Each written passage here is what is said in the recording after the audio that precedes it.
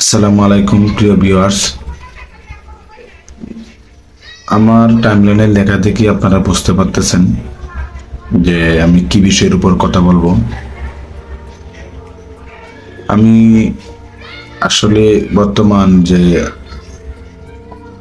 একটি দল আছে, মুনাফিকি একটি দল,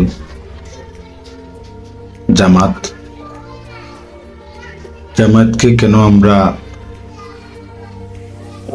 মুনাফিকি দল এবং স্বার্থলোভী দল হিসেবে চিহ্নিত করব। প্রথমে আমি একটা কথা বলবো, জামাত মুখে যা বলবে অন্তরে তা লালন করে না।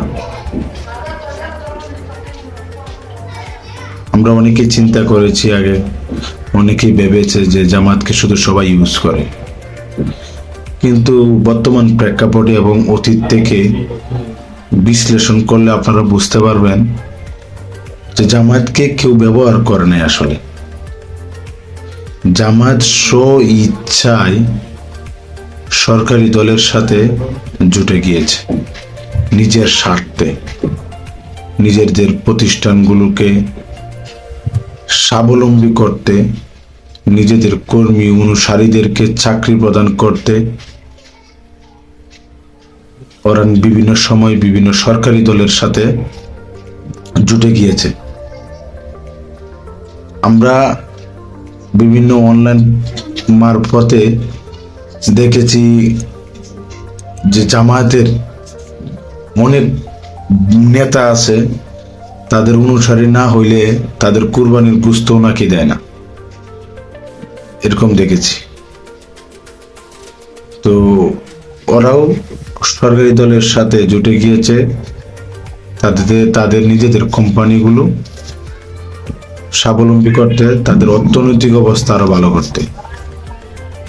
তো এতে তাদের নিজেদের দলের এবং কর্মীদের স্বার্থটাই ওরা বড় করে দেখছে। এছাড়াও আমরা দেখেছি 1947 সালের জামাতের ভূমিকা, যা জিনিসটা যে আজকে ওরা অনেক সময় বলার চেষ্টা করে যে 1947-এর আন্দোলন আজকে বাংলাদেশ হইতে সাহায্য করেছে, কিন্তু আমি বরাবরই দেখেছি জামাত প্রতি মুহূর্তেই এবং জামাতের ঐতিহাসিক সময়ে সবসময় তারা জনগণের বিরুদ্ধে অবস্থান নিয়েছে। 1947 সালের আন্দোলনে তখন তারা ব্রিটিশ ভারতের পক্ষে, তখন তারা পাকিস্তানের বিরোধী ছিল। এটা ওনাদের দলের স্ট্যান্ড, এবং ওনাদের যেভাবে স্বাধীনভাবে ওনারা যেভাবে সিদ্ধান্ত নিয়েছে, ওনারা ব্রিটিশ ভারতের পক্ষে ছিল। 1947 সালে পাকিস্তানের বিরুদ্ধে ছিল, ভারতের পক্ষে ছিল। তাহলে লাস্ট মুহূর্তে জনগণের আকাঙ্ক্ষা অনুযায়ী, চাহিদা অনুযায়ী ঠিকই ব্রিটিশ ভারত এবং পাকিস্তান, এই যে আজকে যে ভারত, আলাদা হইল। জনগণের বিরুদ্ধে গিয়ে আবারও ওদের একটা পরাজিত। এই দিকে চিন্তা করবেন আপনি, পূর্ব পাকিস্তান এবং পশ্চিম পাকিস্তানের সময় তারাও কিন্তু তখন বাংলাদেশের বিরোধী ছিল, পাকিস্তানের পক্ষে ছিল 1971 সালের মুক্তিযুদ্ধে, এবং গণহত্যার সাথে জড়িত ছিল। কেন এই কথা বলছি?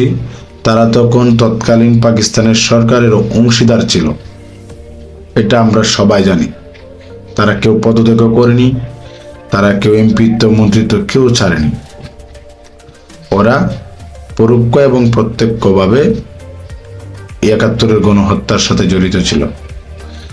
ইভেন আমাদের অনেক মা বোনের সংগ্রাম হানির যে প্রসেস, এই প্রসেসেও সহায়তা করেছে। আজকে একটা জিনিস দেখেন, 24-এর গণহত্যা, 2024-এর গণহত্যার জন্য আওয়ামী লীগের আমরা সর্বোচ্চ শাস্তি প্রদান করব, চেষ্টা করব সরকারের পক্ষ থেকে ছিনিয়ে আনার জন্য এই গণহত্যার জন্য যাতে আওয়ামী লীগকে সর্বোচ্চ শাস্তি দেওয়া হয়। আমরা 24-এর গণহত্যার জন্য যদি আজকে আওয়ামী লীগকে দোষারোপ করে গণহত্যার কারণে যদি আমরা বিচার করি, একই গণহত্যার কারণে কেন আমরা 1971-এর গণহত্যার কারণে কেন আমরা আজকে জামায়াতকে বাংলাদেশে এত সুশীলভাবে রাজনীতি করার সুযোগ দিচ্ছি? জামাত কেন নয়? জামাতেরও সেম একই দোষে ওদের গণহত্যার ওই দলীয়ভাবে বিচার হওয়া উচিত।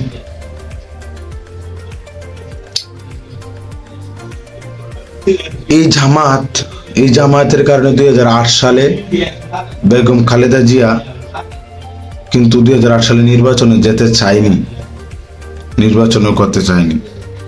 শুধু এই জামায়াতের প্রেসারে, জামায়াতের পরামর্শে কোন রকম নির্বাচনে অংশগ্রহণ করেছিল 2008 সালে। এর ফলাফল কি হিসেবে কি দেখলেন আপনি? গুম, খুন, পিলখানার ওই হত্যাকাণ্ড,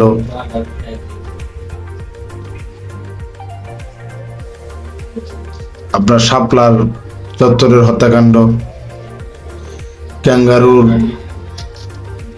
জাজমেন্ট। তো আর কত আইন বহির্ভূত কাজ তো আছে। লাস্টে 24-এর গণহত্যা। তো তৎকালীন সময়ে বেগম খালেদা জিয়ার যে স্ট্যান্ড ছিল নির্বাচনে না যাওয়ার, তখন ওটা হয়তো ভালো হইতো। আচ্ছা, যাই হোক। এছাড়াও আমরা কি 2014 সালের পরে আমরা জামায়াতের কোনো আওয়ামী বিরোধী কার্যক্রমে সক্রিয় কোনো ভূমিকা দেখেছি? না, দেখি নাই। এখন ওরা বলে যে আমরা কেন কিভাবে সক্রিয় থাকবো, আমাদেরকে তো একরকম হত্যা করা যায় ছিল আওয়ামী লীগের আমলে। ভাই, আওয়ামী লীগের আমলে আপনাকে হত্যা করা যায় ছিল, ঠিক আছে, খুব সুন্দর কথা। আপনি অন্য একটা দলে যান, আপনি বিভিন্ন প্ল্যাটফর্ম আছে, অন্যান্য দল আছে, ওই দলগুলোতে অংশগ্রহণ করে ওই দল থেকে আপনারা কার্যক্রম চালাইতেন। কেন আপনারা আওয়ামী লীগে জয়েন হলেন? আমরা এটাও জানি যে আজকে এই ডাকসু, যোগসু যারা ছাত্র সংসদের যারা আজকে নেতৃত্ব নির্বাচিত হয়েছে, ওরা পরীক্ষিত এবং প্রমাণিত ছাত্রলীগের সাথে জড়িত ছিল। তাহলে আপনারা কেন এই আওয়ামী লীগের সাথে গিয়ে, ছাত্রলীগের সাথে গিয়ে জড়িত হইতে হলো? আপনারা তো অন্য দলের সাথে মিশতে পারতেন, তাই না? মানে আপনারা যে কোনো ভাবে আপনাদের ব্যবসা প্রতিষ্ঠান, আপনাদের স্বার্থ অর্থ ঠিক রাখতে হবে। এটাই হলো আপনাদের মেন কাহিনী। আপনাদের এখানে দেশ এবং দেশের মানুষ এটা বড় ছিল না। আপনারা আওয়ামী লীগের ছত্র ছায়া থেকে আপনাদের নিজেদের স্বার্থ হাসিল করে গেছেন। আপনারা কৌশল বলেন, এই কৌশলটা অন্য দলে থাকতে পারতেন। আজকে 5ই আগস্টের পরে ঠিকই আমরা দেখতেছি। আমরা 5ই আগস্টের আগে দেখছি ছাত্রলীগের ভিতরে একটা হেলমেট বাহিনী ছিল, ওরা চেহারা দেখাইতো না কখন। আমরা কি ধরে নিব যে হেলমেট বাহিনী ছিল ছাত্র শিবির? হয়তো তখন ওদের চেহারা দেখালে হয়তো একটু সমস্যা হইতো, যাতে ভবিষ্যতে যাতে না চিনতে পারে, যেটা এখন আমরা চিনতে পারতেছি না ওরা আসলে কোনো আকাম কুকর্মের সাথে কোনো জড়িত ছিল কিনা। এই কথাটা কেন বলতেছি সুন্দর মানে বিশ্বাসের সাথে? অ্যাডভোকেট শিশির মনির জামাতের এখন আপডেট প্রোডাক্ট। আমরা ওনাকে আগে চিনতাম না, 5ই আগস্টের পরে চিনছি। হয়তো বা এটা আমি জানি না, এটা আমার হয়তো জানার সীমাবদ্ধতা, কিন্তু আমি চিনি না। কিন্তু এই শিশির মনির আমরা জানি যে ভারত কট্টর বিরোধী, ভারত বিরোধী আবরার ফাহাদকে ছাত্রলীগ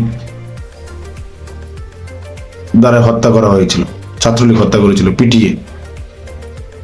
এবং এই ছাত্রলীগের পক্ষে এই শিশির মনির লড়েছিল আদালতে আবরার ফাহাদের আসামির পক্ষে। তার মানে কি ওই অ্যাডভোকেট শিশির মনির যদি জামাত হয়, জামাত যদি ওই ছাত্রলীগের পক্ষে হলে লড়ে আদালতে এই আপনার পাদের আসামির পক্ষে হয়ে, তার মানে ওই আসামির ভিতরে ছাত্র শিবিরের লোকজন ছিল। কারণ জামাত তো কখনো আওয়ামী লীগের পক্ষে গিয়ে আদালতে লড়বে না, এটা স্বাভাবিক না ব্যাপারটা। তার মানে ওই ছাত্রলীগের সাথে ছাত্র শিবির ছিল, এটা চিরন্তন সত্য। তো আসুন আগামীর বাংলাদেশকে আমরা মুনাফেকদের হাত থেকে রক্ষা করি, এটাই আমাদের এবং আমার অঙ্গীকার হোক। আসসালামু আলাইকুম।